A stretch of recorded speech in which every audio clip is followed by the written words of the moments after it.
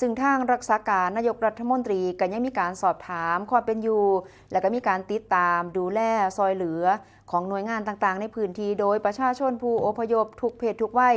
ก็เขามาขอถ่ายภาพขอเซลฟี่กับรักษาการนายกรัฐมนตรีนะคะหลายคนก็อดบ่ได้เขามาโผกอดสวมกอดพร้อมกับส่งเสียงให้กำลังใจรักษาการนายกรัฐมนตรีเพิ่นบอกว่า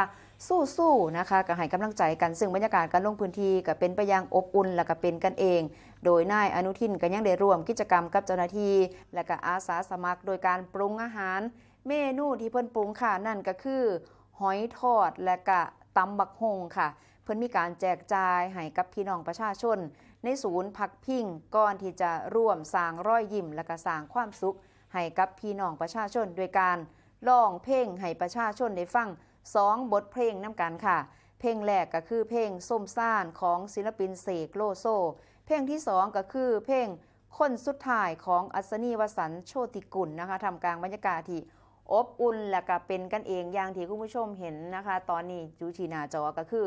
มีทั้งเด็กๆเยาวชนประชาชนก็มาขอถ่ายภาพมาเซลฟี่นะคะมากอดเพราะว่านี่ก็คือความหวังของประเทศที่จะฝากความหวังไว้นะคะกับรักษาการนายกรัฐมนตรีในการที่จะซอยแก้ไขปัญหาและก็เรื่องต่างๆนะคะท่านนายกพันกะรับปากว่าบอดถิ่มไผแน่นอนจะซอยอยู่แล้วนะคะซึ่งก็มีการพบปะพูดคุยกับครอบครัวกับเด็กๆที่ศูนย์พักพิงแสดงความห่วงใยและก็ให้กำลังใจประชาชนให้เข้มแข็งในขณะที่ประชาชนกะส่งเสียงนะคะให้กำลังใจให้ท่านนายกสู้ๆนะคะและก็สะท้อนถึงบรรยากาศในการให้กำลังใจซึ่งกันและกันในช่วงที่ยากลำบากแบบนี้คนที่จะให้กำลังใจและก็ซอยกันได้ดีที่สุดก็คือคนไทยน้ำกันนี่เองค่ะ